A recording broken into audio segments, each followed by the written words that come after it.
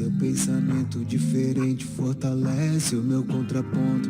Não sou seu inimigo, mesmo do lado oposto. Adversários do bem, no jogo onde quem sai vitorioso é aquele que compartilha sua história de vida pra ajudar o outro.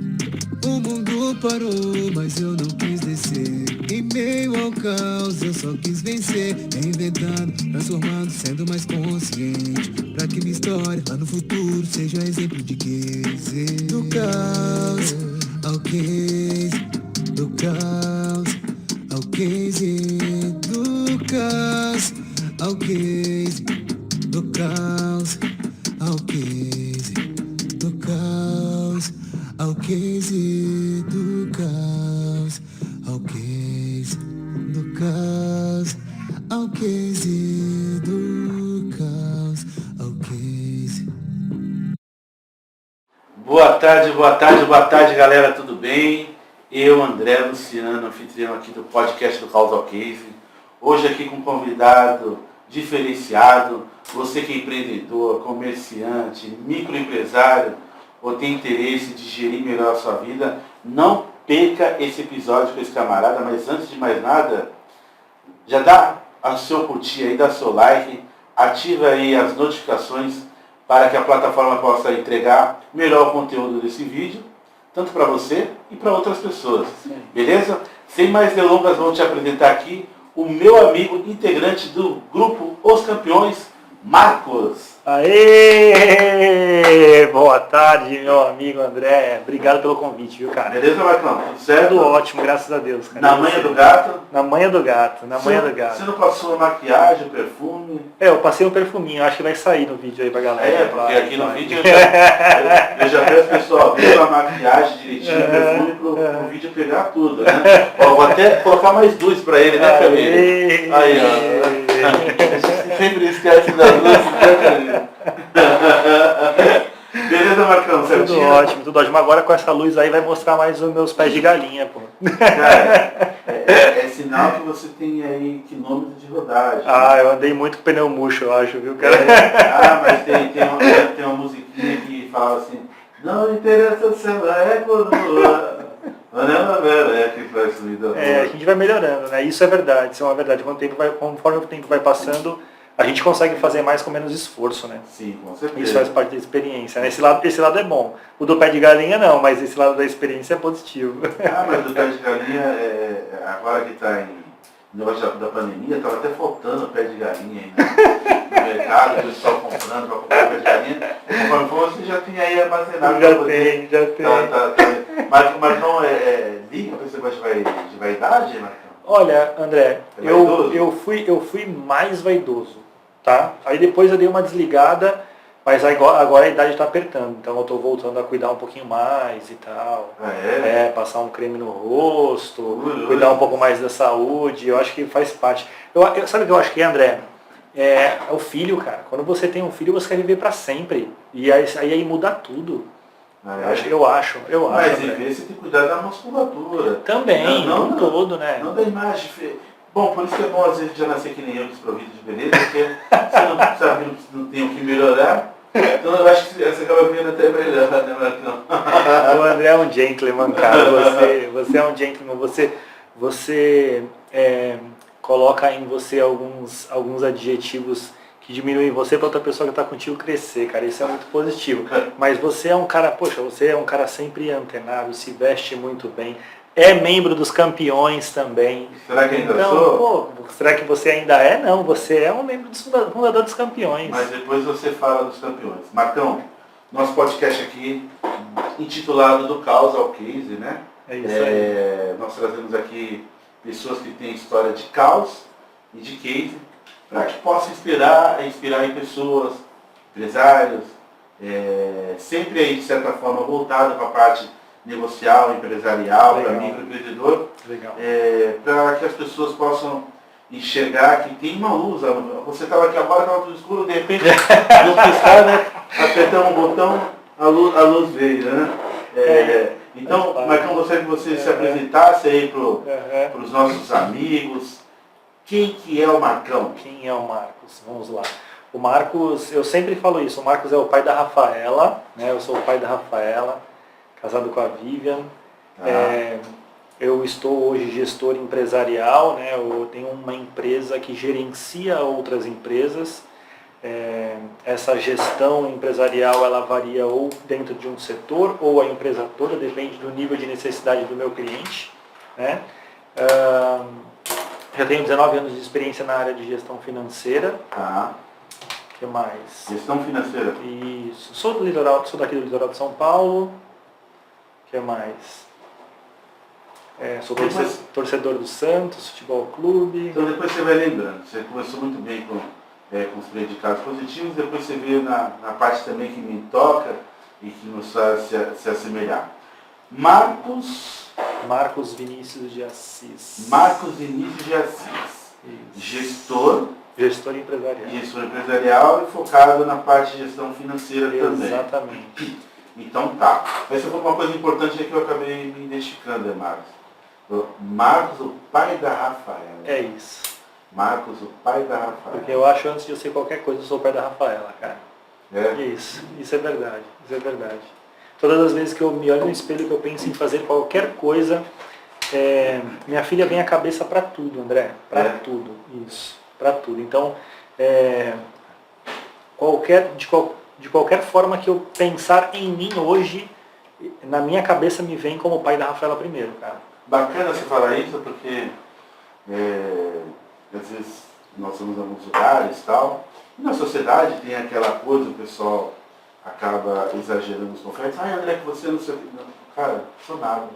Eu sou filho do seu Ananias, filho da Ana Maria, e que agora fui agraciado mais ainda de ser esposo da Simone, pai da Melissa, pai da Maitê. Mas antes de mais nada, eu costumo dizer que eu sou filho do seu Ananias e filho da Ana Maria. E depois a gente vai construindo a trajetória, depois a gente vai escolhendo a família, os amigos, porque os amigos são poucos, mas é a família que a gente escolhe, né? Sim, sim. E escolher a esposa e ter o privilégio de poder estar construindo uma família. Tem essa relativização que quando nasce a minha filha Melissa, lá no final de 2013, eu percebi a relativização da vida porque meu telefone estava tocando por N coisas.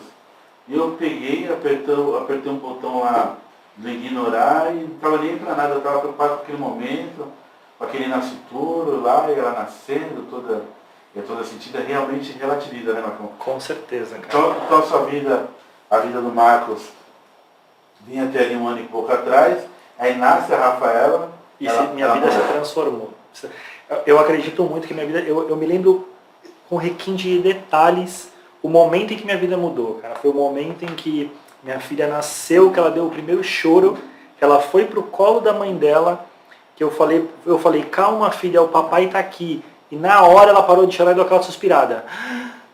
Ali eu senti algo completamente diferente de tudo que eu já tinha sentido até hoje, André. É incrível, até me arrepia, cara, só de lembrar.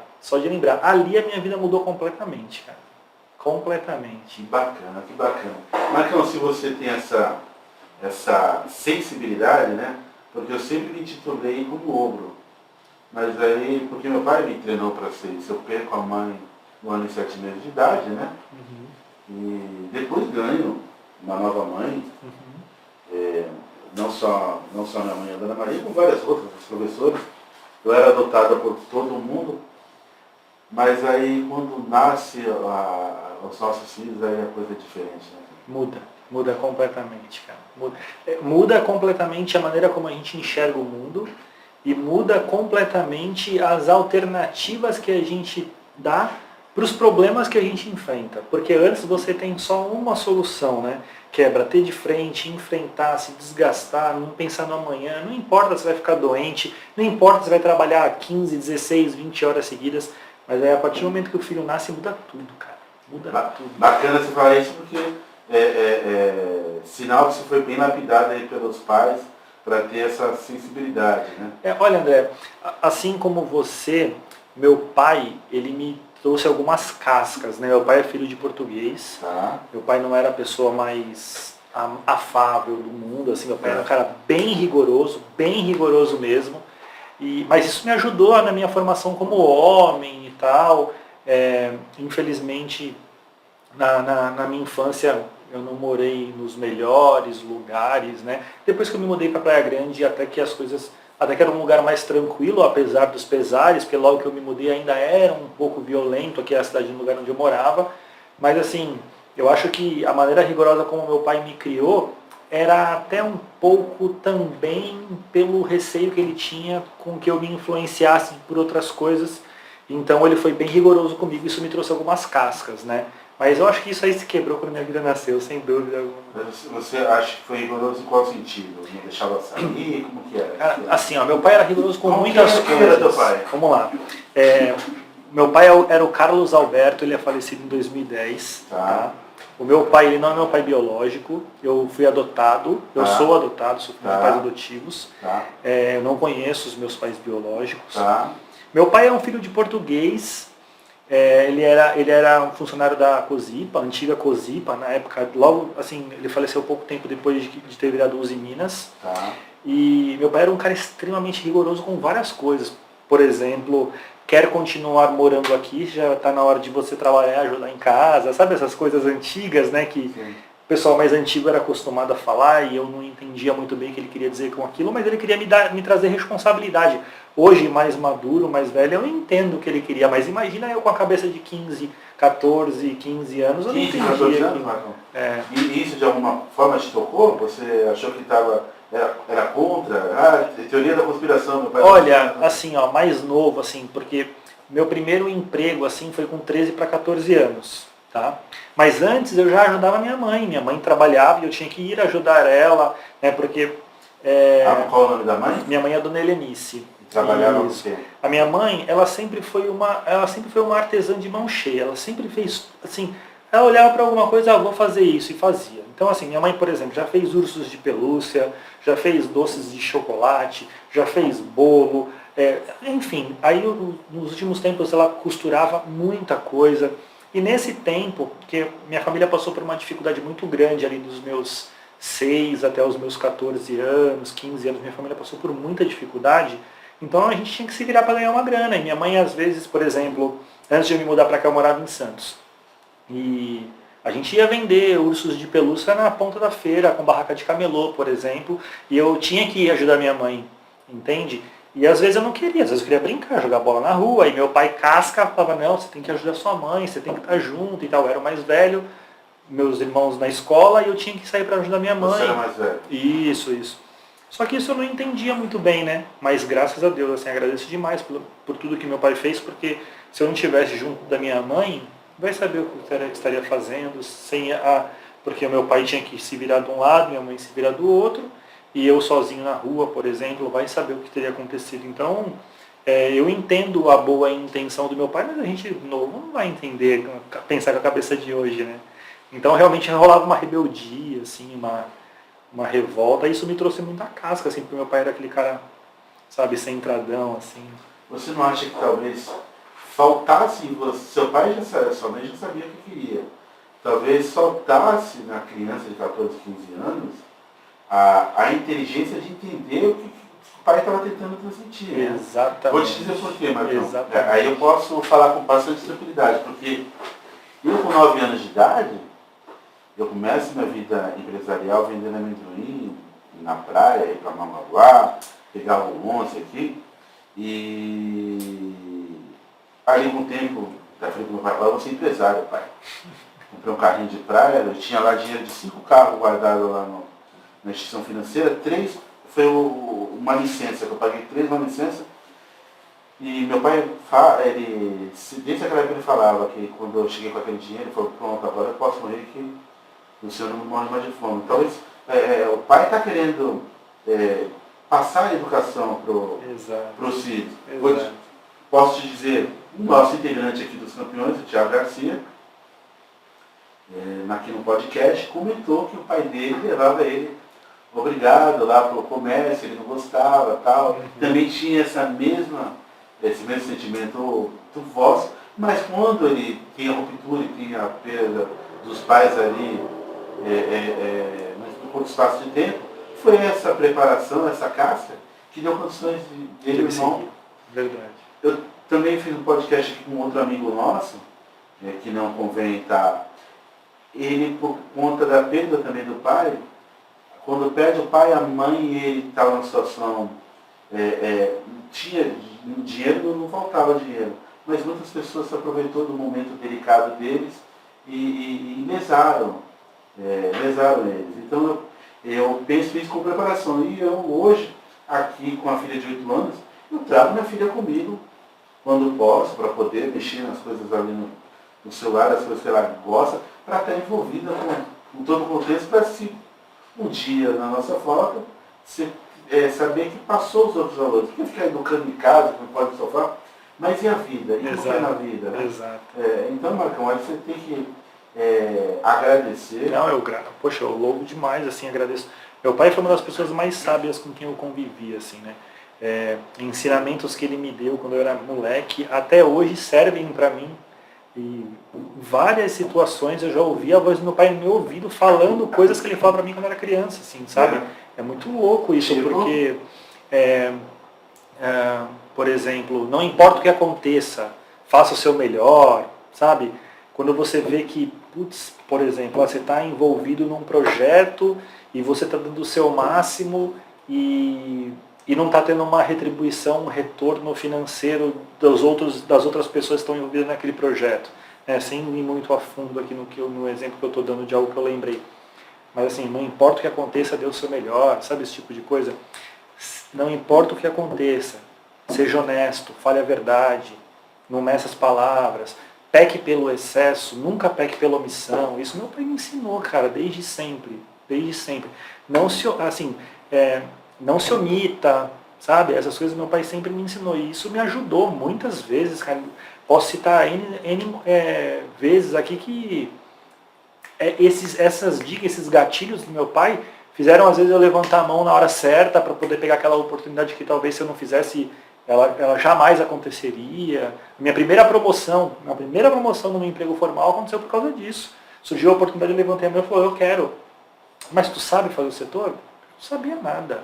Eu falei, não, eu sei, pode achar que eu sei. Eu tinha 4 dias para aprender e me virei nos 30, mas se eu não tivesse feito, talvez eu não estaria aqui hoje, talvez nada que aconteceu na minha vida teria acontecido. Então eu agradeço demais por tudo que meu pai fez, cara. Show de bola, show de bola. E a mãe era artesã, fazia lá os doces, os ursos de pelúcia. De pelúcia e você se ursão. Ursão ajudando a vender esses ursos de pelúcia em Santos, na ponta das feiras livres. Até era fácil vender, né? Porque era incrível, era muito bonito os ursos. Eram muito bonitos os ursos. Então, às vezes, a gente chegava às 8, 7h30 para pegar, a gente chegava mais cedo, dependendo da feira, para pegar um ponto legal, 10h30, 11 horas da manhã já tinha sido vendido tudo. Aí era só recolher a barraca e ir embora para casa. Que legal. Já estava incutido ali naquele mundo do empreendedorismo. Exatamente. Né? E dominando toda a cadeia produtiva, a produção e ajudava a encher com os enchimentos dos ursinhos de pelúcia que ela fazia e tal, ajudava na embalagem. Meus irmãos ajudavam também da maneira como eles podiam, porque eles eram muito pequenos na época.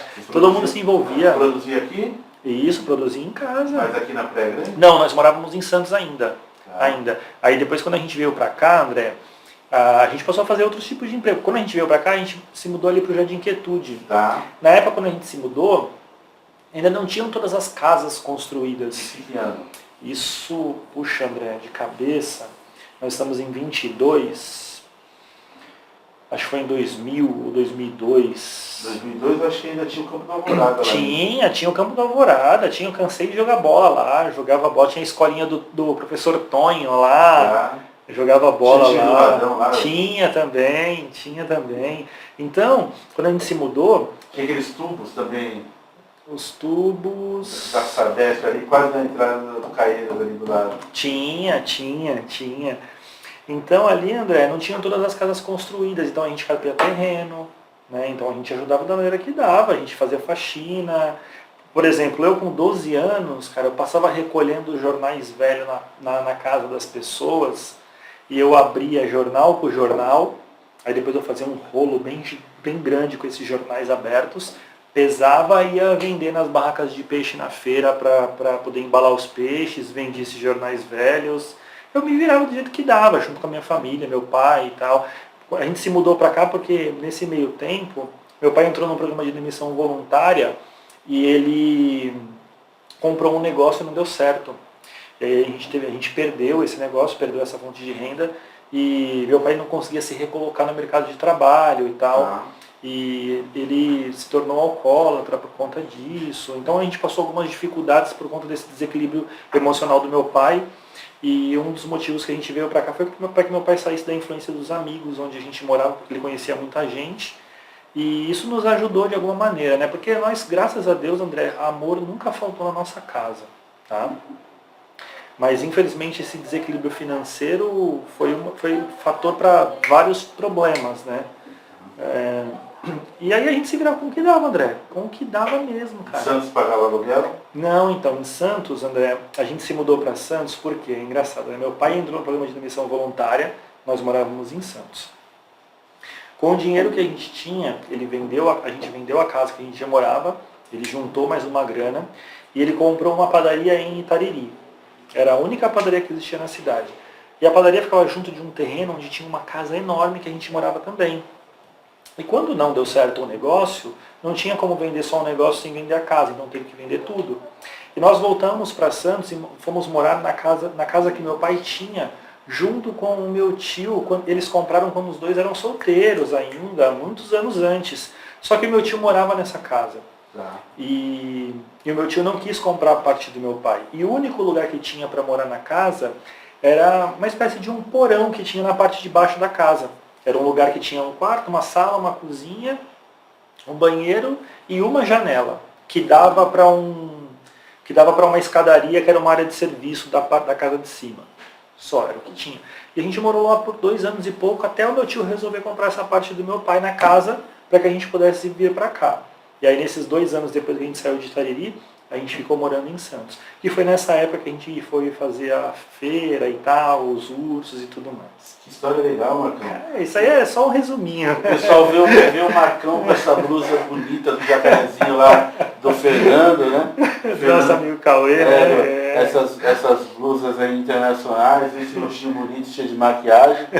Nem sabe que tem essa história bacana por trás, Marcão. Que história bacana. Cara, então, e assim, isso, André, a dificuldade foi grande assim nessa época, porque literalmente assim, meus irmãos, eles faziam, como eles eram mais novos, eles estavam em período integral.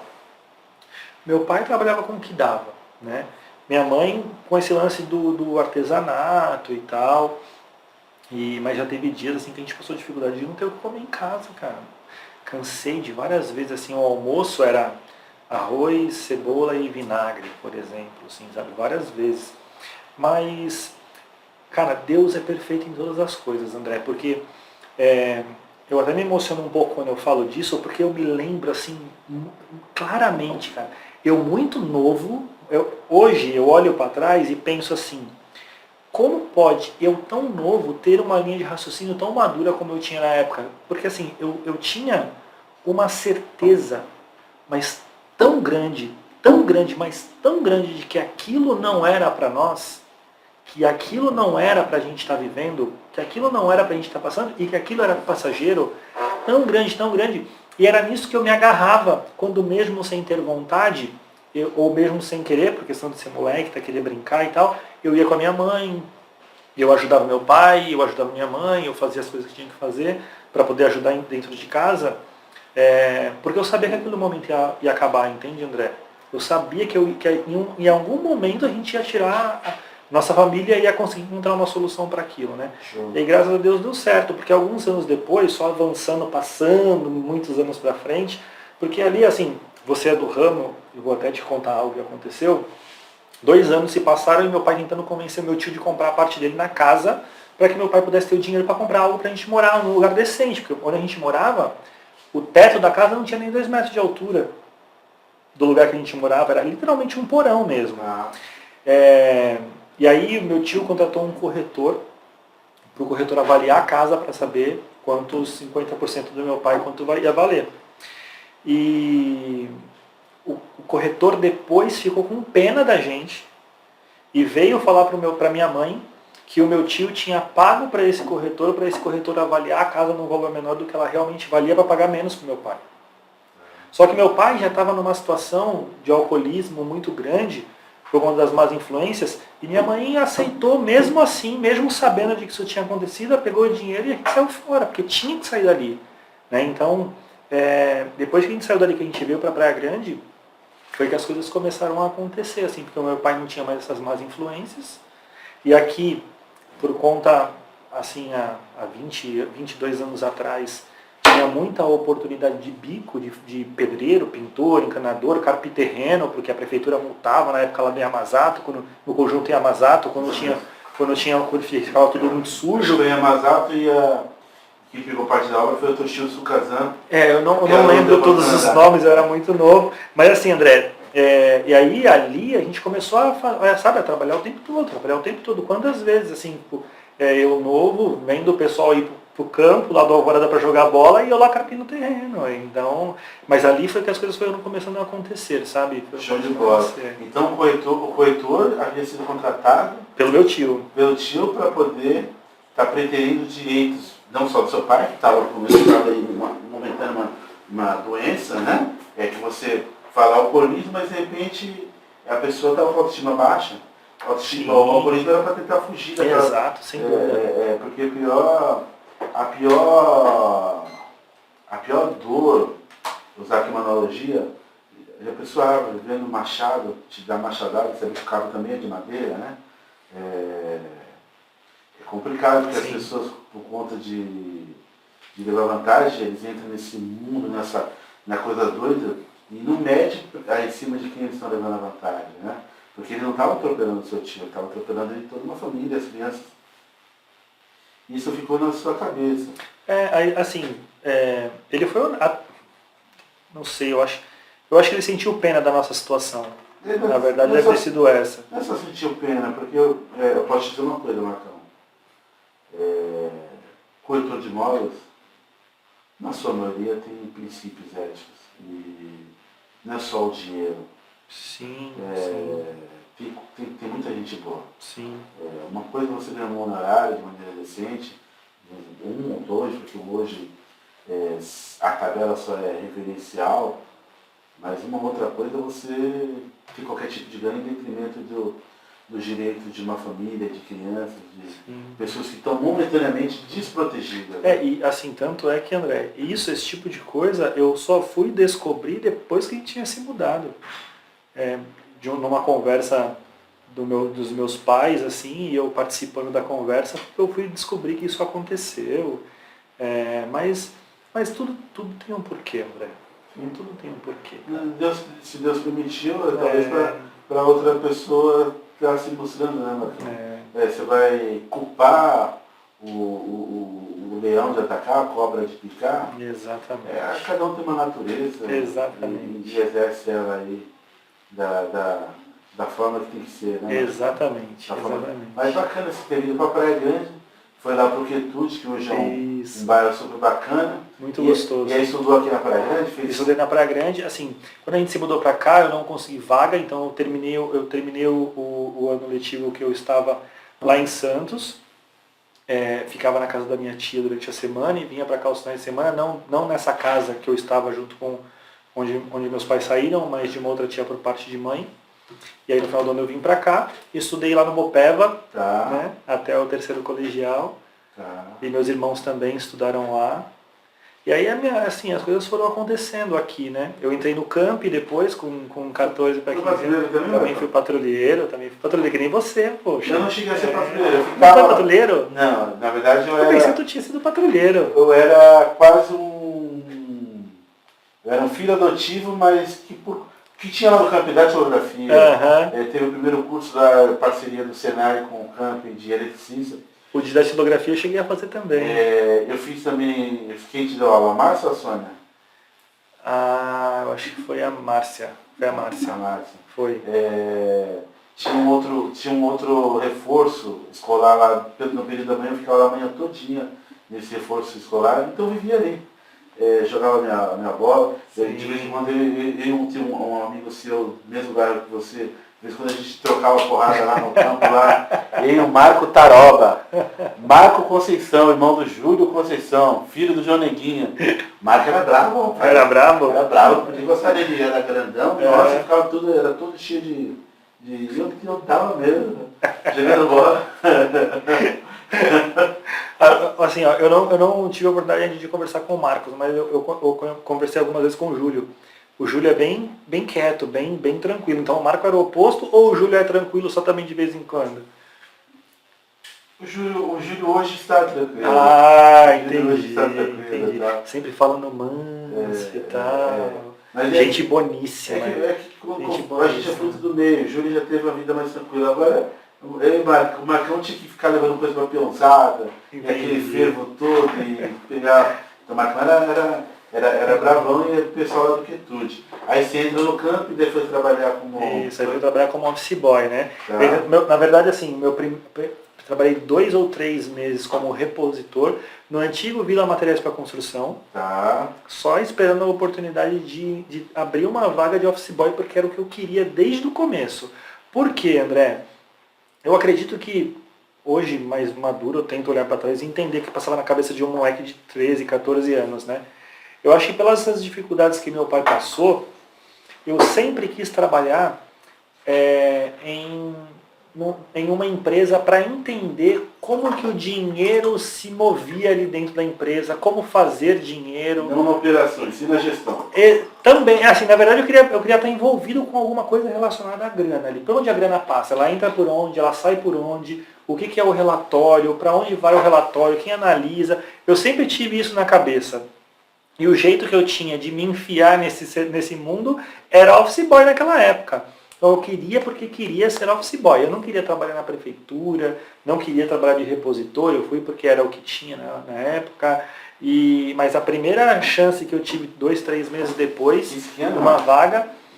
Caramba, eu era de 2000 e... Putz, eu não lembro, André. Eu estava com 16 para 17 anos, eu acho. 15 anos, eu não me lembro muito bem quantos anos eu tinha, mas entre 15 e 17 anos ali. Então você já é uma leva de patrulheiro diferente, porque o patrulheiro raiz, né, os raízes, ou queria ir para a prefeitura, para depois se transformar em funcionário público, ou o patrulheiro queria trabalhar ou no Peralta ou no Central, porque tinha caixinha, ficava levando aqueles carrinhos. Isso, mas tinha essas vagas, tinha as vagas da prefeitura, tinha as vagas do mercado, né? E eu peguei a época do Patrulheiro Raiz, eu fui uma das últimas turmas do Patrulheiro Raiz, porque logo depois teve a lei do menor aprendiz, onde os patrulheiros foram registrados. Se eu não me engano, os meus 5 ou 4 últimos meses, a empresa foi obrigada a me registrar, o Camp foi obrigado a me registrar, alguém me registrou, né? Porque entrou a lei do menor aprendiz, que restringiu a quantidade de horas trabalhadas do patrulheiro e tal, e depois teve uma série de outras leis que reduziram ainda mais a carga trabalhada do menor aprendiz e tal. Mas eu fui a última turma que trabalhava no jeito raiz, só que eu não queria ir para esses lugares.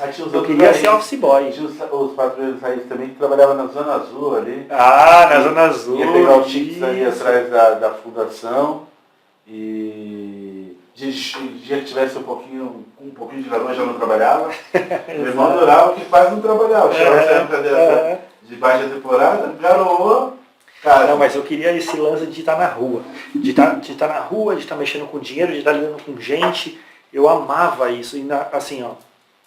Puxa, a gente vai entregando a idade, né? Quando eu comecei a trabalhar como office boy, não tinha internet bank ainda. Os pagamentos eram feitos todos lá na boca do caixa. E eu saía aqueles malotes cheio de boleto e cheque preenchido, ia para os bancos para poder fazer pagamento de boleto. Você queria ver para onde o dinheiro ia? Eu queria, era isso aí. Aí eu ia lá, preenchia o cheque, perguntava, mas esse cheque eu estou preenchendo para quê? E ficava perguntando, enchendo o saco das meninas que trabalhavam no setor para poder entender esse lance da grana, assim, sabe? Eu sempre quis trabalhar com isso, desde sempre. Show, tá vendo? Bacana, Marcão, bacana. Daí o Marcão termina lá, fez o patrulheiro, trabalhou nessas empresas. Isso. Aí estudou. Aí, quando eu fiz 18 anos, eu fui registrado, efetivado nessa empresa onde eu trabalhei como office boy enquanto eu era patrulheiro. Né?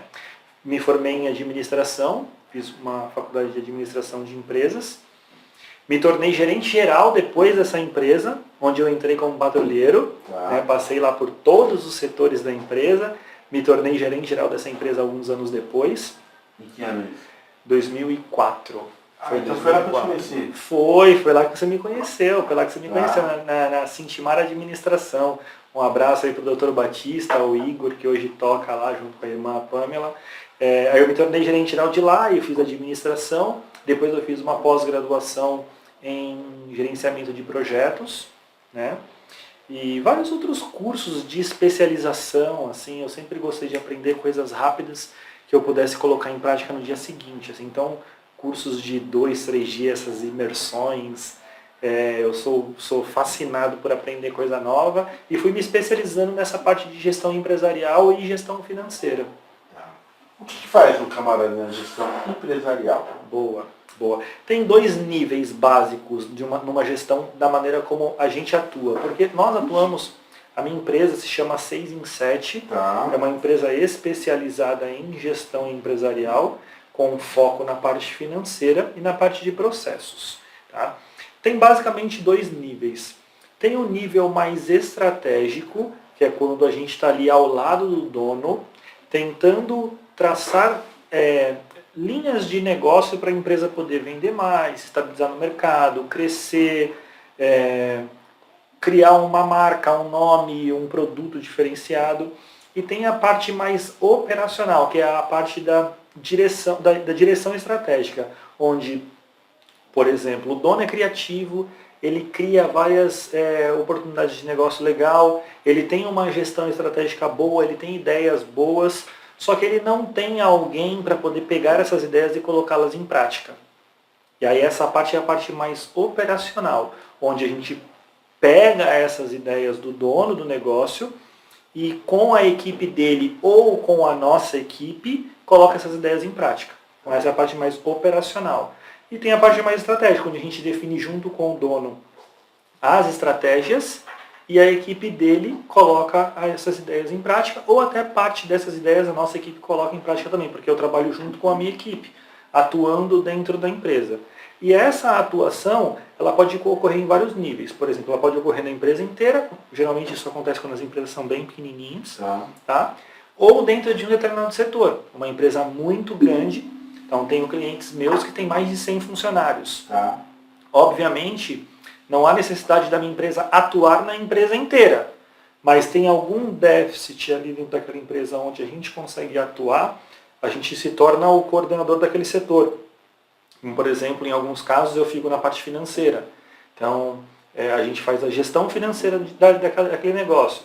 Gerencia o contas a pagar, gerencia o contas a receber, faz a emissão das notas fiscais para os clientes, faz a análise dos resultados, a apresentação mensal dos resultados. Olha, esse mês a empresa atingiu isso, olha, nós erramos aqui, a folha de pagamento esse mês ela ficou muito acima do que a gente gostaria, porque a gente teve que contratar funcionários extras para cobrir aqueles feriados, e isso não pode acontecer. A gente tem, então, esse tipo de análise mensal a gente faz também apresentando. Em outras empresas a gente é na parte fiscal do negócio, analisando tributação, analisando margens, analisando impostos, conversando com a contabilidade dos nossos clientes para fazer um trabalho de redução da carga tributária daquele cliente para que ele pague o menos imposto possível sem fazer nenhum tipo de sonegação, é claro, estudando estratégias para reduzir os impostos mensais daquele negócio. Então varia muito, assim, é um trabalho bem dinâmico. E a minha empresa ela não tem um produto de prateleira, você vai contratar isso. Não, quando um cliente chega até a gente com a necessidade, a gente entende qual que é a necessidade e monta uma proposta específica para atender aquela necessidade do cliente. Tá. Deixa eu te perguntar, Marcos, você falou da parte de gestão empresarial, então a gestão financeira seria um subnicho dessa gestão empresarial. Exato. Né? A gestão empresarial macro, isso.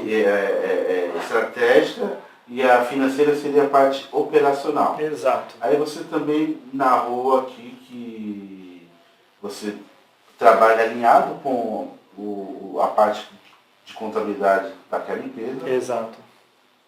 Para buscar sanear e buscar a melhor tributação para a empresa. Exatamente. De onde vem essa sua expertise para poder analisar a tributação que cabe ou não cabe para a empresa? Boa pergunta. Antes de abrir o meu negócio, eu trabalhei 6 anos como gerente de uma empresa que terceirizava o setor administrativo dos supermercados, do José Augusto, do Grupo Escudo Real. E lá dentro foi que eu fui adquirindo essa expertise para entender como funciona o tributo, como funciona o imposto, como que calcula, quais são as estratégias que podem ser feitas para poder reduzir a carga tributária dentro de um negócio, dependendo do regime tributário que ele se encontra, até onde é vantagem se manter num regime ou não se manter num regime. E eu fui entendendo como tudo isso funcionava. E isso para mim foi uma baita de uma escola, porque eu adquiri um know-how ali gigantesco. Eu não tinha a menor noção do quanto aquilo que eu fazia era importante quando eu comecei ali dentro. Porque quando ele me chamou, na verdade ele me chamou para trabalhar num outro negócio, que eu agradeci demais o convite, mas que eu já não queria mais atuar naquele momento, que era a administração de condomínio. Eu tinha saído de onde eu era gerente geral. Você mandou as administradoras de condomínio embora? Olha, eu nunca escrevi na pedra que eu nunca mais trabalharia com condomínio, mas não era mais uma vontade minha naquele momento.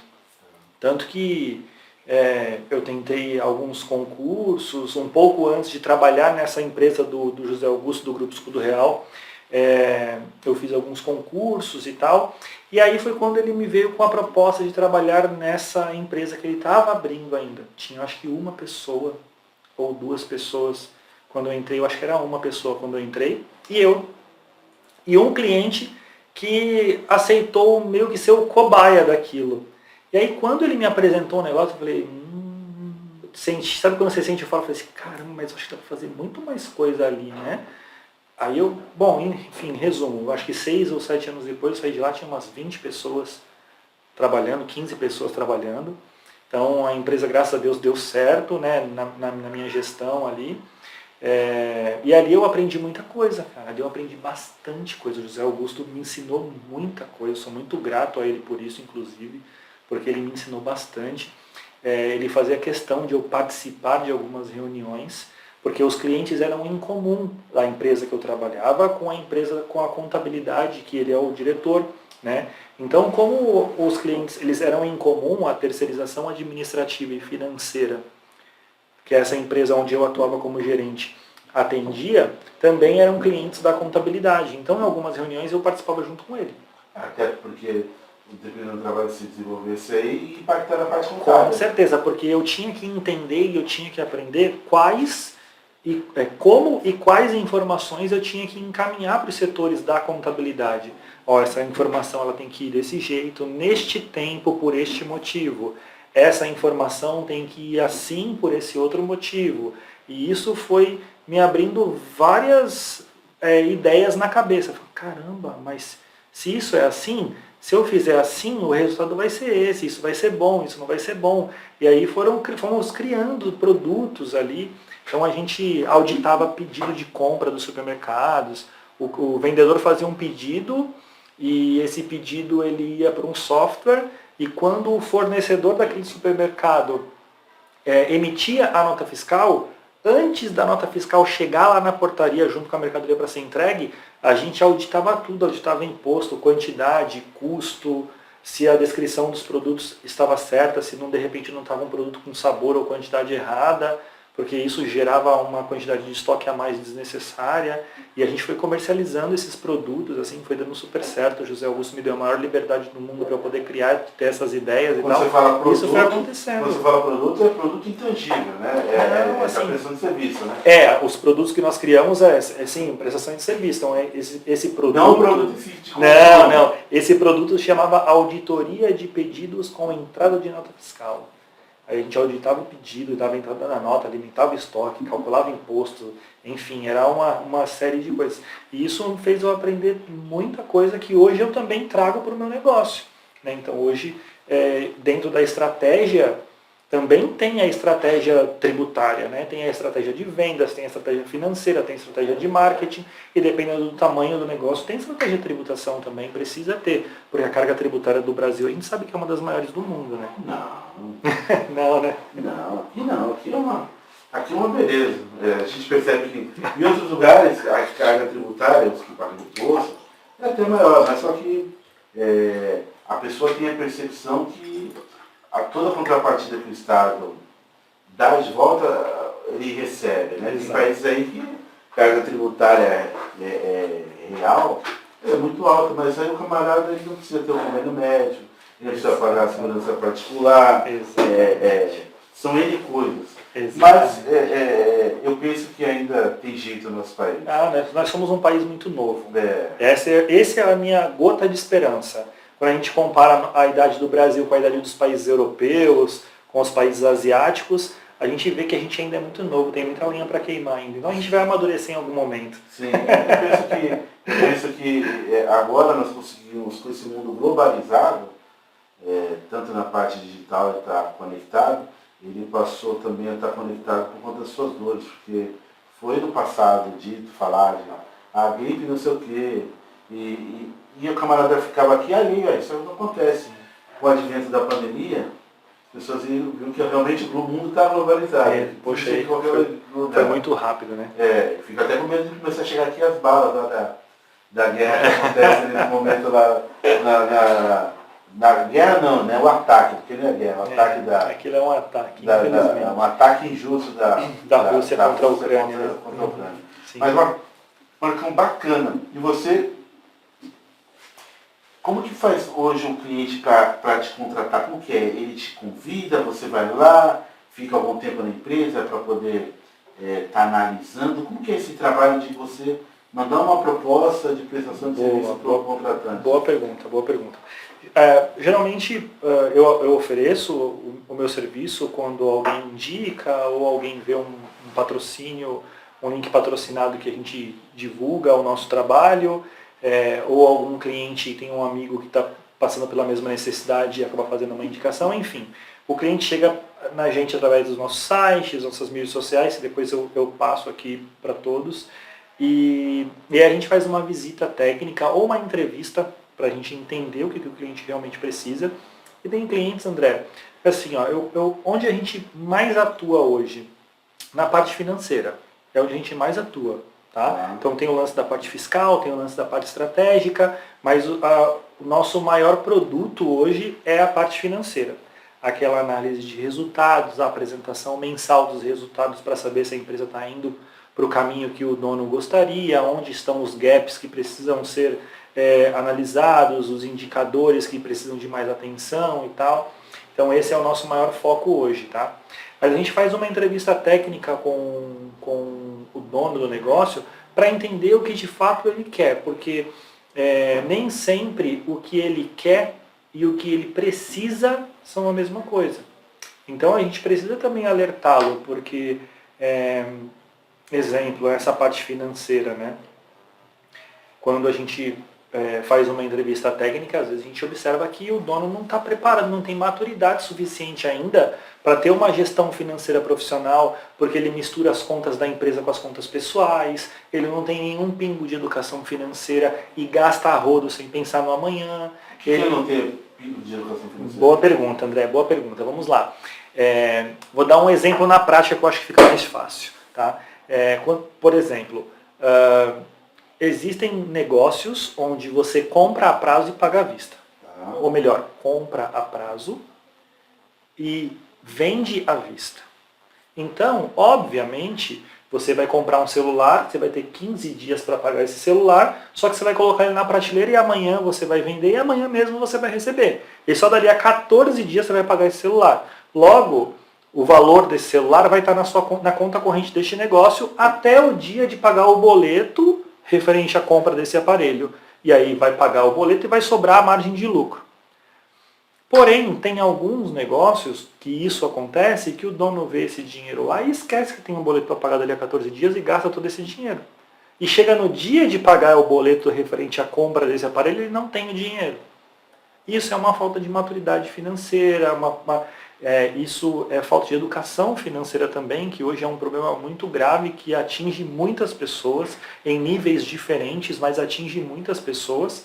E às vezes quando a gente faz a entrevista, a gente percebe que está muito bagunçada e misturada a vida pessoal dos sócios com a vida financeira da empresa. E eu já vi vários negócios onde a empresa é extremamente saudável, com margens de lucro mensais gigante, e todo mês a empresa fecha no vermelho. Porque a empresa lucrou 10 e o dono tirou 15 no final do mês. Ou seja, os 10 do lucro, mais 5 que era para pagar um boleto. Em algum fornecedor, em algum momento, vai ficar sem receber. Então, quando a gente observa isso, a gente procura fazer um trabalho antes de mentoria ou de coaching para poder entender, porque a maioria das vezes isso é uma crença, né? Então, o Brasil ele tem um histórico muito grande, se tornou uma cultura do brasileiro empreender por necessidade. Hoje, com o advento das startups, graças a Deus, as pessoas estão empreendendo por oportunidade. Viram que existe um problema, viram que não existe ainda uma empresa para solucionar aquele problema e criam um negócio, que hoje, a grande maioria das vezes, esse estilo de negócio é criado por uma startup, né? Isso é muito bacana, que está mudando esse conceito. Mas é muito comum, assim, o brasileiro ficou desempregado, não consegue arrumar emprego, o que ele faz? Abre um negócio. Na garagem de casa ou em algum lugar. E empreender por necessidade, no meu ponto de vista, e eu não estou dizendo que eu tive necessidade de empreender, a gente já contou um pouco da minha história aqui. Sim. Exatamente, empreendi por necessidade. Né? Deve ter alguma relação, Então, eu sei que poxa, realmente há necessidade de trazer o provento para dentro de casa e tal, pais de família e tudo mais. Não estou colocando isso em consideração, é óbvio, mas empreender por necessidade não é o melhor dos mundos. E às vezes as pessoas, por ter passado dificuldade quando criaram um negócio e depois o negócio deu certo, porque o brasileiro é muito criativo e muito talentoso, graças a Deus, muitos negócios dão certo mesmo eles abrindo por necessidade, só que a cabeça do dono não mudou ainda, então ainda tem aquela mentalidade de escassez, aquele medo de que a qualquer momento aquele dinheiro pode acabar, e isso faz com que o dono daquele negócio gaste mais do que ele pode.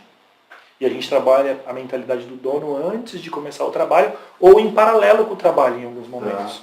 Contrata a gente cuida da grana, e a gente também faz um trabalho na mentalidade do dono ali para ele poder criar um pouco mais de racionalidade sobre o lance do dinheiro. Isso faz muito bem para o dono.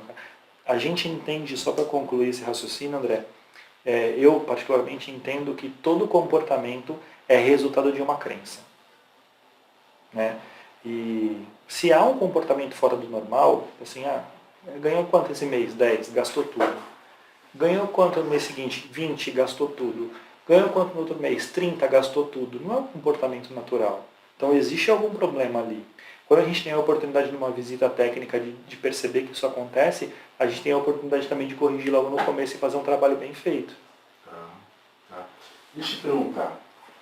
Num país onde todo mundo se diz ser conhecedor de política, treinador de futebol, agora temos, por conta da pandemia, nunca se viu formar tanto médico e cientista num país que as pessoas sabem qual é a melhor vacina, se é a da A, da B, da C. Num país onde se sabe de tudo, só não se descobriram que uma tropeçafaria nem onde é tiroide. Mas os camaradas sabem tudo. Agora que vai ter a Copa do Mundo, nossa, vai ser aquela coisa. E você, como santista, ele fica... Porque colocou o Batistão, que o Angulo não joga nada, o Angulo vai lá e faz o gol, o Batistão faz o gol. Como que é um empresário que tem um negócio? Eu estou tentando imaginar. Tá bom. Porque se naquilo que ele não está, ele sabe mais que todo mundo. Daí ele está no negócio dele, que ele é o cara do negócio dele. Ele tirar as 7 chaves do financeiro dele e deixar que uma outra empresa cuide. Não, falar, você não pode comprar tua coisa, você tem que pagar essas coisas, e aí? Boa pergunta, André, boa pergunta. Eu sempre digo isso para todos os meus clientes, tá? Eu nunca vou dar a palavra final. Eu sempre vou orientar você do que é melhor para o teu negócio. E como eu digo, eu repito na sequência, o que é melhor para o seu negócio. Nem sempre o que é melhor para o seu negócio é o melhor para você no momento. Mas sem sombra de dúvida vai ser o melhor para você no futuro. Porque você não pensa em ter um negócio e mês que vem encerrar com ele. Então ele É algo que vai durar, no mínimo, alguns bons anos. Porque a ideia é essa quando se abre um negócio, né? Ou então vende ele depois. E eu oriento. Nem sempre o dono acata. Só que o resultado econômico da decisão dele é dele.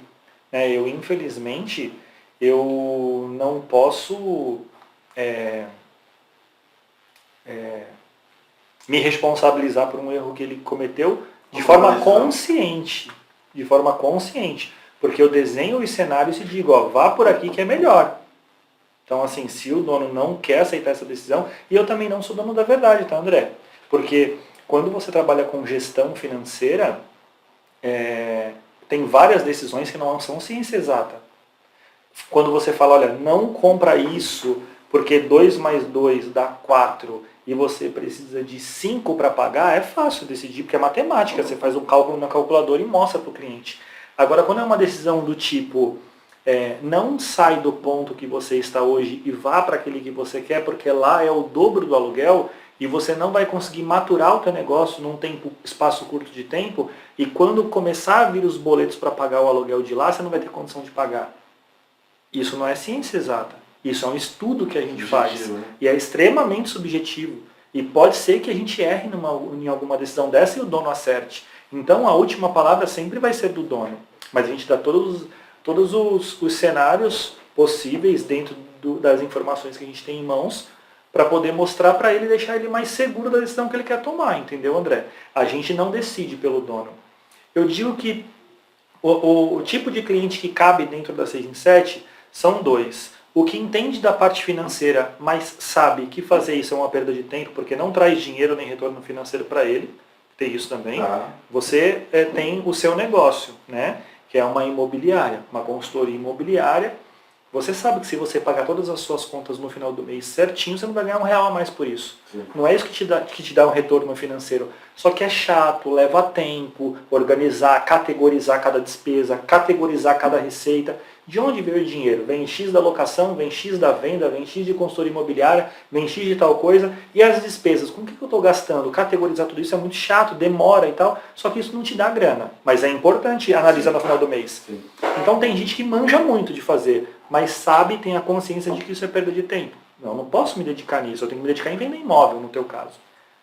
E o outro tipo de cliente que também cabe dentro da empresa é o que não sabe fazer isso. Então, de repente, trazendo também para a tua realidade, um dono de uma imobiliária manja muito do negócio, manja muito de avaliar um imóvel, vender, é um excelente vendedor, é um excelente negociador, é um excelente consultor imobiliário, mas ele não entende nada dessa parte financeira. Não sabe o que é custo, o que é uma despesa, o que é uma DRE, o que é um fluxo de caixa, não entende nada disso. Esse cara também é nosso cliente, porque a gente vai fazer isso bem feito e vai dar suporte para ele na tomada de decisão.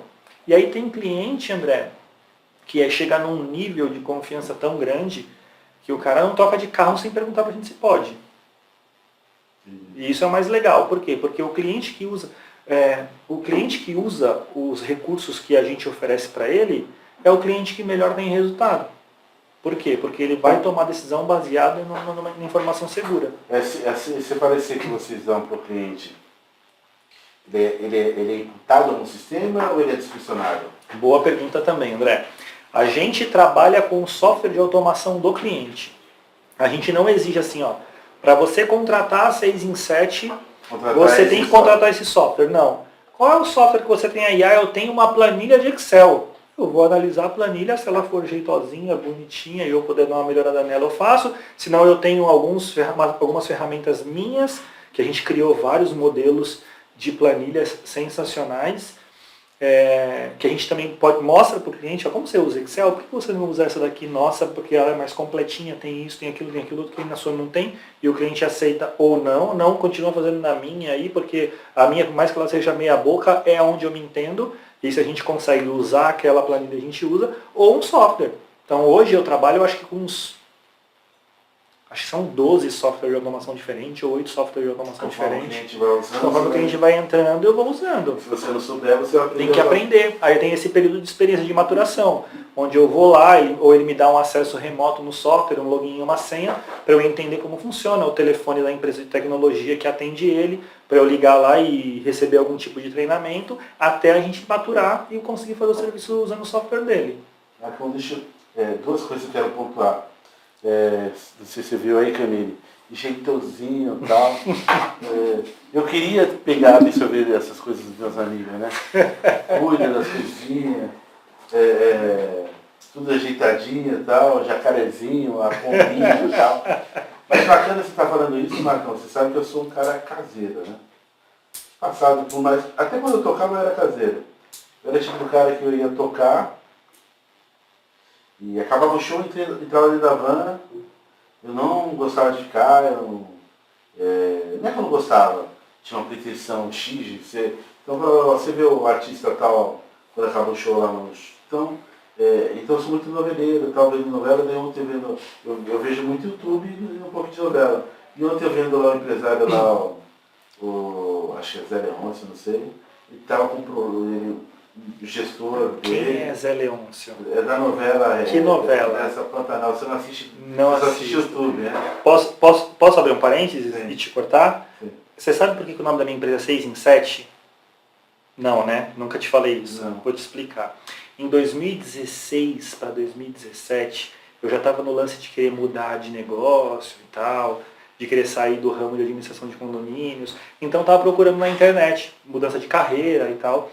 E aí eu caí num vídeo de um cara que ele estava num carro, num safari na África, com o celular na mão, junto com os filhos no carro, no safari na África, comemorando que fazia 5 anos que ele não assistia televisão.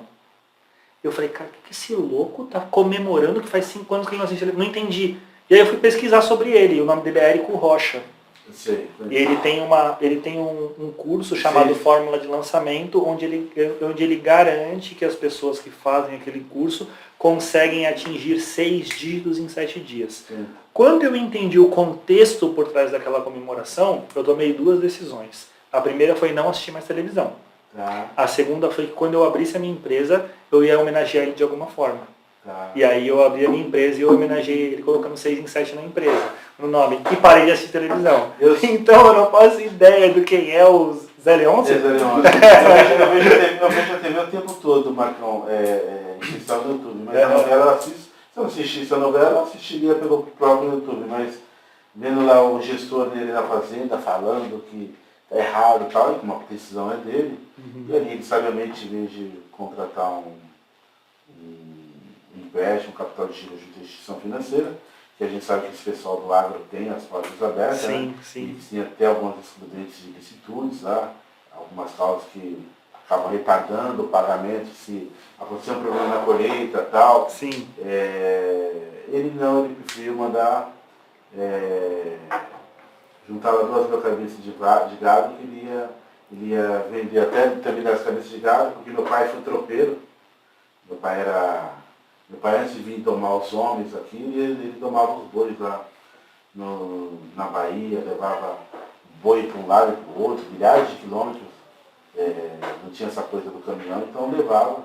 Era tropeiro, que ele andava ali com a cachaça do lado na cangaia ali, batia na cangaia com o burro, o cavalo, e os bois tá entendendo, né? Então, é até uma maneira de estar homenageando ele também. Então esse camarada, sabiamente, em vez de contratar um financiamento, ele renuncia de ter lucro em algumas cabeças de gado e pede para liquidar, para já fazer dinheiro imediato ali para poder equilibrar as contas. Mas é só por essa razão também que eu só vejo YouTube. Com as meninas em casa, é só YouTube.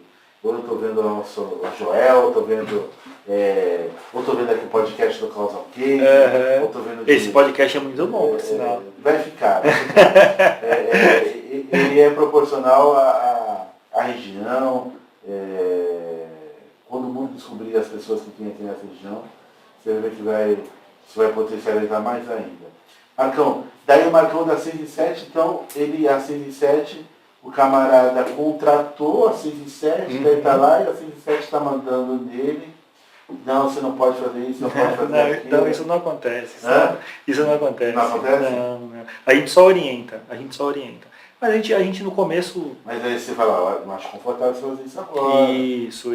E assim, ó, e é bem tranquilo também, viu, André? E aí, já teve caso... Não, mas eu queria, nós queríamos ir agora, a gente quer agora, dar Exato, assim mesmo. E já teve caso de eu rescindir o contrato com o cliente por conta disso também. Porque precisa ser uma via de mão dupla, né? Eu trabalho com resultado. E eu tenho um resultado que eu me proponho a entregar. Se eu estou trabalhando na gestão financeira do negócio e eu preciso, através das informações, dos indicadores, mostrar que o resultado é possível fazer com que o resultado aconteça, e eu fui contratado para aquilo, se o resultado não está acontecendo, pode ser percebido que é porque eu não entreguei corretamente o meu trabalho, né? Então, já teve caso que eu optei por olha, eu acho que não existe uma maturidade nesse momento para poder ter esse tipo de gestão mais profissional. Os resultados não estão acontecendo por conta de várias decisões equivocadas. E assim, primeiro mês, 10 orientações, 0 atendidas. Segundo mês, mais 15 orientações, 0 atendidas. Terceiro mês, mais 20 orientações, 0 atendidas. No quarto mês a gente teve que rescindir. Porque no final das contas, André, o ser humano não é um dono de um negócio, eu acho que o ser humano, nós mesmos, a gente às vezes se pega fazendo isso. A gente é muito mais fácil terceirizar a responsabilidade do que dizer assim, não, a culpa é minha, eu errei, eu estou vacilando, eu estou sendo imaturo, eu não estou ouvindo ninguém, então é muito difícil às vezes. Às vezes a gente também, poxa, a gente que já está antenado, que nem você falou do Joel e tal, e do YouTube, a gente que vê podcast o tempo todo, que segue algumas pessoas que nos orientam e nos ensinam a ter uma mente blindada, a ter autorresponsabilidade. Às vezes quando a gente menos percebe, a gente já está cometendo um erro desse, de terceirizar a responsabilidade que é nossa para outra pessoa. Imagina quem não está preparado, né? Então eu me preocupo bastante com isso, bastante. Você demite o cliente? Não, a gente chega num acordo, assim, para que seja bom para os dois, para que aconteça num tempo em que o cliente consiga continuar tocando aquilo que a gente estava fazendo sem ter nenhum prejuízo por conta disso, mas no momento que seja mais saudável para as duas partes, se for necessário, a gente encerra o contrato. Eu acho que é importante, porque a gente vem para mudar. Né? Não só os resultados, mas para mudar a cultura financeira, ou a cultura tributária, ou a cultura estratégica, ou a cultura de marketing, ou a cultura de processos. Né? Então vamos sair um pouco do dinheiro, por exemplo, e vamos falar de processos. Então todas as vezes que for comprar um produto, tem que fazer um pedido de compra antes e tem que analisar a quantidade que precisa comprar. Desenhou um processo, passou um mês inteiro na empresa, analisando todos os setores, como armazena, como coloca no estoque, como controla o vencimento, como controla o lote, como controla tudo. Aí fizemos um desenho incrível, apresentamos, todo mundo aprovou. Aí na hora do vamos ver, ninguém faz nada que está desenhado lá. Como que vai vir o resultado? Não vai vir o resultado. E é a mesma coisa, a gente só trocou dinheiro por tarefas. Então, as pessoas precisam estar prontas, maduras, para que respeite um processo, seja ele um processo financeiro, seja ele um processo operacional ou um processo estratégico, e se não tem maturidade, não faz sentido a gente estar lá. Porque se a gente vai lá para promover a mudança e a mudança não acontece porque as pessoas não querem, eu acho que é até mais saudável que a empresa não pague a gente. Porque o dono, às vezes, não está nem vendo que isso está acontecendo, dependendo do porte do negócio, né? Mas você está falando aí, a gente vai se vendo nessa situação, né, Marcão? Porque às vezes a gente está aqui batendo papo, a gente também é microempreendedor, cada um do tamanho do vosso negócio. Sim. Mas aqui, por exemplo, às vezes o camarada que é o proprietário daquele negócio, geralmente ele é proprietário porque ele tem alguma habilidade de ter começado, ter dado, ou ele tem habilidade comercial e não vai ficar preso na operação. Boa. E às vezes o funcionário não quer que alguém tenha esses controles. Porque não fazer sempre assim, esse cara aí, esse branquinho, com os pés de galinha. Boa. Veio aqui, quer ficar se metendo em tudo. Eu sempre fiz assim, Marcos. Exato. Só que daí, ele fazendo daquele jeito, se o proprietário quiser olhar à noite a empresa dele como está pelo sistema, não vai enxergar. Exatamente. Eu digo porque eu tenho aqui processos gerenciais também. E eu sei que as pessoas não gostam. Eu sei que você está querendo redundância, André. Não é redundância. Porque se eu falecer amanhã, a minha filha, minha esposa, se vier mexer nisso aqui, eles conseguem continuar onde estava. Exatamente. Né? Onde está, porque você tem ali os processos gerenciais, tudo armazenado, não está na cabeça de ninguém. Fala, olha, como a minha vida, se minha filha tem uma dor de barriga agora, eu largo tudo, mas se eu largar tudo, você não precisa ficar preso em mim, vai lá no sistema, olha, deixa isso comando. Então eu fico imaginando você, se você tem um problema com seu filho, você não vai largar tudo aqui, eu não posso ficar dependendo de você. Exatamente. Né? O que eu mais escuto, você falou uma frase que é a frase disparada que eu mais escuto no controle de processos. Sempre foi assim. A segunda frase é: nunca ninguém me falou que não era assim. São as duas frases que eu mais escuto. Mas por que você fez isso desse jeito? Sempre foi assim. Mas por que isso aqui está errado desse jeito, está errado tanto tempo? Porque nunca ninguém me falou que não era para ser feito assim. Então essas são as duas frases que eu mais escuto. O bendito do sempre foi assim. Hoje eu até dou risada, né? Porque é normal, assim, então até falo pro dono, olha, se você acompanhar a entrevista no processo, as frases que você mais vai escutar é o sempre foi assim, hein? E aí ele acompanha e dito e feito. Sempre foi assim. Sempre foi assim. Sempre foi assim. É normal. É normal. E aí? Quando a gente entra, existe um processo. Quem move os negócios são as pessoas, André. Sim. Né? E eu preciso mostrar para essas pessoas os benefícios que elas vão ter. Então, primeiro, quero abrir um parênteses para falar de uma coisa que eu acho que é muito importante para o meu negócio, que é o que você falou. A maioria dos micro e pequenos negócios abre porque o dono tem alguma habilidade. Quando isso acontece, para mim é muito positivo, porque se eu consigo juntar a habilidade do dono daquele negócio com a nossa, quando eu digo nossa, eu digo a minha e da minha equipe, as chances de dar certo elas são muito boas, porque, por exemplo, num restaurante eu não entendo nada de comida, né? Faço male-male, um arrozinho com feijão ali, mas se o dono é criativo, ele é um chefe, ele estudou para isso, só que ele não entende de processos, dessa parte administrativa, controle, parte de tributação, né? Então, se ele não entende dessa parte, eu consigo entrar com a minha expertise e ele continua com a dele livre para tocar o negócio, e aí é quando a gente entra como gestão operacional, a gente passa a gerenciar a equipe. Então é como se eu fosse o gerente da equipe daquele restaurante, por exemplo, onde eu vou falar com o encarregado, por exemplo, dos garçons. Você precisa fazer com que os teus garçons vendam mais as bebidas, porque eu estou olhando aqui nos 50 produtos mais vendidos e eu não tenho nenhuma bebida alcoólica nos 50 mais vendidos. Um exemplo aleatório que eu estou falando aqui agora, tá?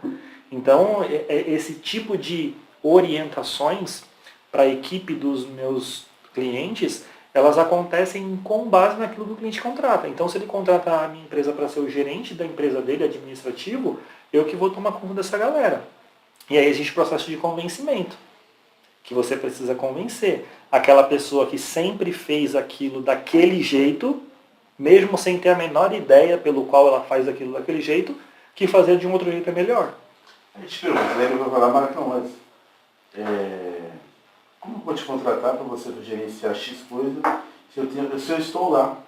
Ou se eu tenho um gerente lá e isso não dá certo, você, de longe, como que você vai gerenciar isso? Se ele tem um gerente lá e a operação dele está tudo bem, ele não precisa da minha empresa. Sim, mas aí não está tudo. Ele quer melhorar, ele acha que não está tudo bem. Ele fala, não, eu estou lá de vez em quando, às vezes eu tenho um gerente lá. Isso, só que mesmo assim não está indo bem.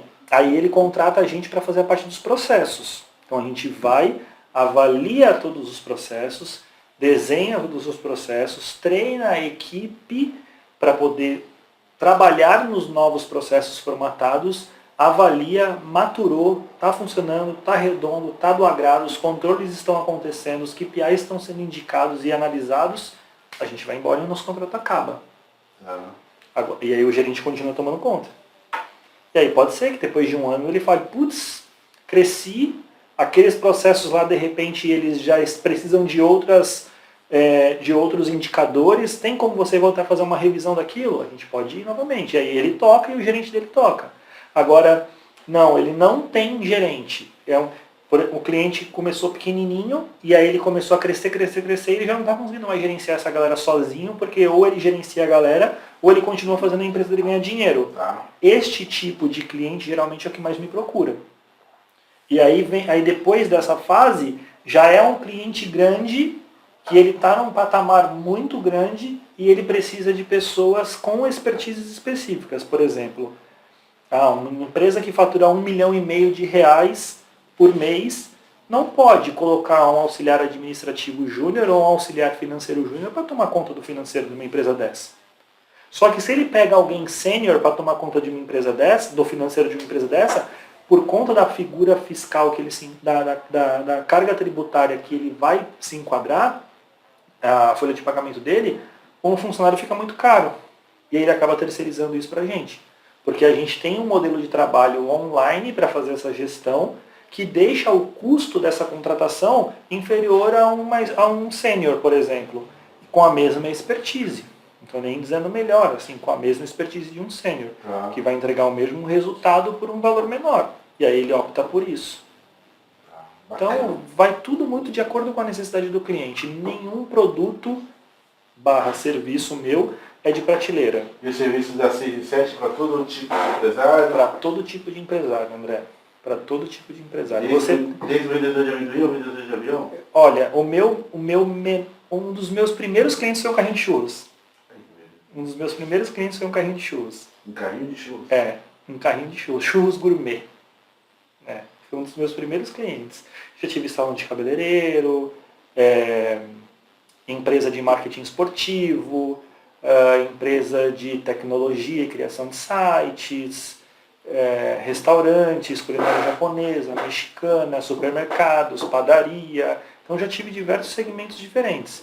E aí meu negócio se adapta à necessidade do cliente. Bacana, Marcão. Bacana. Bom saber. E já fica aí, né, família? Daqui a pouco você vai passar a dica. Então, camarada que tem um carrinho de churros, carrinho de cachorro-quente, ou uma empresa que fabrica aviões. É isso aí. Vai contratar 6 em 7. A 6 em 7. 6 em 7. Marcão, e o camarada quiser contratar 6 em 7, qual é o endereço da sua redes? Boa. Vamos lá, o Instagram é @6in7, é I de igreja, N de navio, tá? 6 em 7, tanto numeral como por extenso também. O site é www.6in7.com.br, também tanto numeral quanto por extenso. Meu Instagram é Marcos com U, Marcos 6 em 7, 6 numeral, Marcos 6 em 7. E a gente está à disposição para ajudar da melhor maneira. Marcão, antes da gente terminar, você sabe que o nosso podcast aqui é intitulado Caos ao Case. Sim. Tem uma outra história de caos aí que você não deixou de nos contar? Uma história de caos que eu tenho que contar? Pessoal ou profissional? Pessoal, profissional. Uma história de caos que eu acho que é muito legal, que é uma experiência que eu tenho e que eu não tenho a oportunidade de passar para as pessoas, para que elas não cometam os mesmos erros que eu cometi. Né? Então, quando eu era mais novo, eu tinha um sério problema de lidar com pessoas. Eu tinha muita dificuldade. Então, eu com 24 anos ali gerenciava uma equipe grande de pessoas, não tinha maturidade para isso. Tá. E eu fui entender muito tempo depois que eu tinha uma dificuldade para aceitar que as pessoas pensavam diferente de mim. Eu queria que todo mundo tivesse a mesma ambição que eu sempre tive. Eu queria que todo mundo tivesse a mesma pegada de trabalhar que eu sempre tive. Eu queria que todo mundo tivesse a mesma velocidade de crescimento que eu sempre quis ter. Só que as pessoas estão em ritmos diferentes, em tempos de vida diferentes, em momentos diferentes, têm ambições diferentes. E isso eu não aceitava, eu tinha muita dificuldade para entender. E isso me causou diversos problemas. Inclusive, assim, de eu contrair gastrite, de passar mal muitas vezes ao mês por conta de gastrite. Cheguei a pesar 75 quilos, cara. Fiquei muito magro por causa de crise de gastrite nervosa, assim, que eu tinha com muita frequência. E isso foi um caos para mim muito grande. Eu tive que me desenvolver demais, assim, estudar muito para poder entender e aprender a lidar com pessoas. Então, se eu puder deixar algo para as pessoas hoje se desenvolvam e aprendam a lidar com pessoas, porque o que move o mundo são as pessoas. E se você não consegue ou não sabe lidar com pessoas, fatalmente você vai ter dificuldade de crescer. Show. Marcão, gostou não? Ah, eu adorei, cara. Gostou? Sensacional. Foi bom pra você? Foi excelente. Tudo. Vai até apaixonar. Marcão, antes da gente encerrar, e fala lá do projeto dos campeões. Boa. O projeto dos campeões, André, no qual você faz parte, né? O nosso amigo Fernando, o nosso amigo Rafael. Que eu faço parte. Não me deram nenhuma credencial, nada. Eu acho que a gente vai fazer uma marca, sabe aquela marca igual a marca de que a gente marca o gado, a gente vai fazer uma tatuagem dos campeões. Brincadeiras à parte. Quem são os integrantes e como que nasceu Vamos lá. Os integrantes dos campeões, o Cauê, né, o Fernando Cauê, o Rafael Zavitoski, você, o Dr. Thiago Garcia e eu. A ideia dos campeões, ela surgiu em um evento que estávamos Cauê, o Rafael Zavitoski e eu.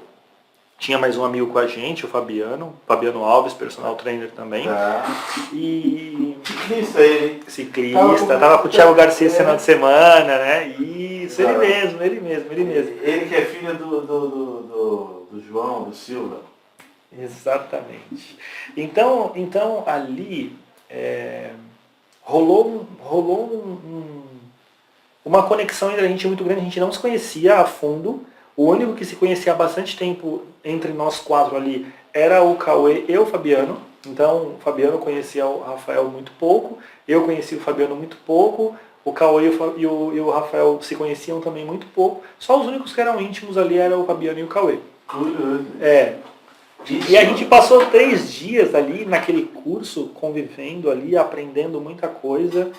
E teve um determinado momento que rolou, quem estava fazendo o curso, ele é cristão, ele é evangélico e tal, e nesse intervalo que a pessoa sai para descansar, que dá uns 15 minutinhos para a gente tomar uma água e tal, veio um cantor gospel cantar ali no intervalo.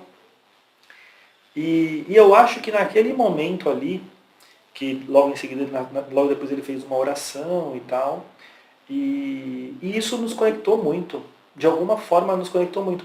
E a gente pensou ali, naquele momento a gente pensou, cara, a gente precisa fazer alguma coisa para poder somar com a vida das outras pessoas. A gente precisa devolver de alguma forma tudo isso que a gente está aprendendo, que a gente está se desenvolvendo. E a gente falou, cara, a gente vai criar um projeto, e a gente já falou, não, o nome vai ser Os Campeões, e ficou Os Campeões. E a ideia desse projeto dos Campeões, André, é unir pessoas com expertises diferentes, né? Então a gente tem pessoas muito diferentes ali no grupo, e essa inteligência, essa capacidade de cada um, de alguma forma agregar na vida de outras pessoas, né? Através de palestras, através de eventos, através de reuniões, através de mentorias, através de consultorias, né? Então imagina se um proprietário de um negócio puder ter um conselho de administração formado pelos campeões para ajudar ele a tomar uma decisão. Ele fazendo parte desse grupo, ele participando. E a gente quer que esteja próximo da gente pessoas que vieram do caos ao case, né? Que eram um caos em algum momento e se transformaram em case. E todos nós, nenhum veio de família abastada, nenhum herdou absolutamente nada, nós construímos a nossa história, né? E isso foi mais uma coisa que nos conectou muito, né? Tanto o Cauê como o Zavitoski, você, eu, Dr. Thiago, são pessoas que construíram tudo que tem hoje, né? Eu sou muito grato a Deus por tudo que eu tenho, mas, cara, hoje era 5h20 da manhã, meu computador estava ligado, eu estava trabalhando. Hoje, enquanto a gente está gravando aqui hoje, 5h20 da manhã eu estava trabalhando. Né? Então, as pessoas veem às vezes, o palco e não enxergam muito os bastidores, né? Então, a gente quer pessoas dentro dos campeões e próximas da gente que tenham essa mesma garra de construir o seu próprio legado e o seu futuro e que saibam o que querem. E aquelas pessoas que possivelmente ainda não descobriram o que querem, a gente quer despertar isso nelas, mostrando de alguma maneira o que a gente fez, né, para conseguir o que a gente está conquistando e construindo, né? Acredito muito que essa interação entre a gente vai nos ajudar de alguma forma, a acelerar o crescimento de nós, como profissionais, como pessoas ali, mas a gente também quer fazer isso para outras pessoas. Então Show. essa é meio que a ideia ali, a espinha dorsal dos campeões. Show. Você sabe que o Cauê era para estar aqui hoje, né? Mas aí, o Cauê está com medo, ele está com medo. Acho que ele está numa viagem internacional, porque o cara galã de novela. Vai casar, está perto de casar, né? Galã de novela, bonitão, perto de casar. Daí chega, não, eu tô off. Eu estou off. Eu falei, não, está off, ele deve estar em algum país aí fora, mas eu vou pegar semana que vem. Semana que vem é a vez dele? Já vamos deixar. Cauê, você está convocado oficialmente para estar aqui na semana que vem para gravar com o André, viu? Convocado oficialmente. Fala para ele que aqui nós temos gel, maquiagem. Tem maquiagem, tem gel, tem café. Cara, vem que você vai ser bem tratado. O café foi pedido, não veio, né? O café eu vou tomar depois, então o pessoal está economizando aqui. Marcão, bacana bater esse papo contigo. Eu adorei, André. Gostou mesmo? Adorei, verdade? cara, adorei. Já tá com saudade? Muito bom. Vamos fazer o próximo. Vamos já fazer você aqui com o Cauê. Marcão, deixa uma mensagem sua aí no fundo do seu coração. Uma mensagem aí pra aquela galera. olhando pra câmera, assim. Olhando pra câmera. Aquela olhando pra câmera. Isso. Tá bom, vamos lá. Posso falar o que eu quiser? Você fica à vontade. O tempo que eu quiser? O tempo que você quiser. Legal. Bom, o nome do podcast é do Causal Case e o André faz questão de trazer pessoas que conseguiram vencer apesar das dificuldades. E eu acredito que esse é o começo do que eu gostaria de deixar para vocês como mensagem. Apesar das dificuldades, apesar dos problemas, nunca use seus problemas ou as suas dificuldades como motivo para desistir do que você tem como objetivo e como sonho. Eu, como tantas outras pessoas que já passaram e que vão passar por aqui, tivemos muitas dificuldades e apesar delas conseguimos conquistar e estamos ainda conquistando muita coisa, porque a gente não desistiu.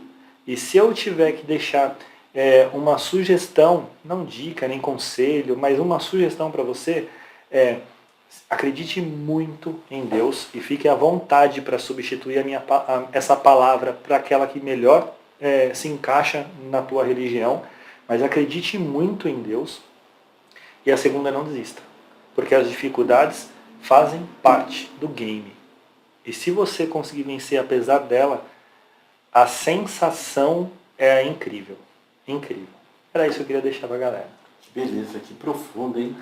Só vem poeta aqui, cantor, aqui vem poeta de música, vem poeta da música. Os caras vêm pra cá, eles se perfumam, se embelezam e já sai, acho que vem já do retiro espiritual e todo mundo aí leve, né? Cara, não, assim, essa é uma outra parte da minha vida, André, que a gente não teve oportunidade de comentar, mas que é um outro trampolim, assim, um outro salto de crescimento na minha vida. Foi a partir do momento que eu resolvi não me aproximar de Deus, mas trazer Deus para perto da minha vida. Show.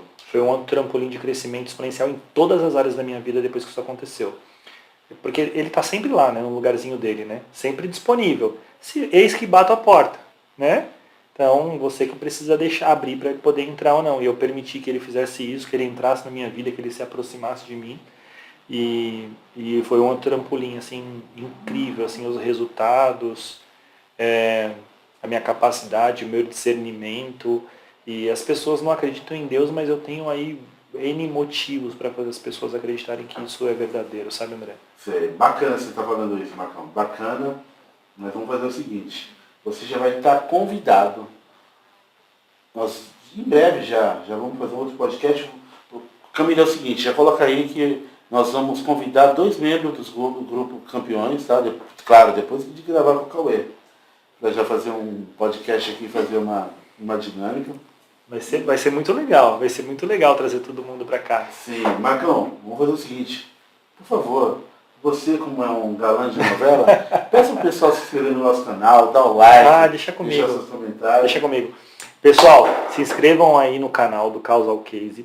Tá? No canal no YouTube é o canal da Costa do Sol Imobiliária, ou do André Costa do Sol, é o nome do canal, André Costa do Sol. Se inscreve, ativa o sininho, curte aí o vídeo para que isso chegue para mais gente. Compartilha com seus amigos, manda com seus familiares, manda para geral aí, porque se qualquer coisa que a gente falou aqui ajudar pelo menos uma pessoa, tanto o André quanto eu já vamos ficar muito satisfeitos. Ó, e não perca, semana que vem aqui, galã de Hollywood, diretamente do Vale dos Silícios, Fernando Cauê. O próprio.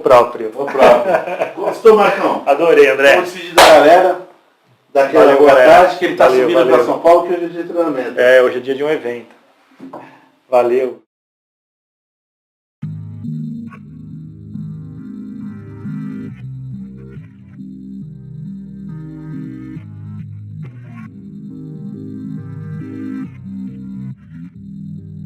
O seu pensamento diferente fortalece o meu contraponto. Não sou seu inimigo, mesmo do lado oposto. Adversários do bem, no jogo onde quem sai vitorioso é aquele que compartilha sua história de vida pra ajudar o outro. O mundo parou, mas eu não quis descer. Em meio ao caos, eu só quis vencer. Reinventando, transformando, sendo mais consciente, pra que minha história lá no futuro seja exemplo de case. Do caos ao case, do caos ao case, do caos ao case, do caos ao case, do caos ao case, do caos ao case, do caos ao case.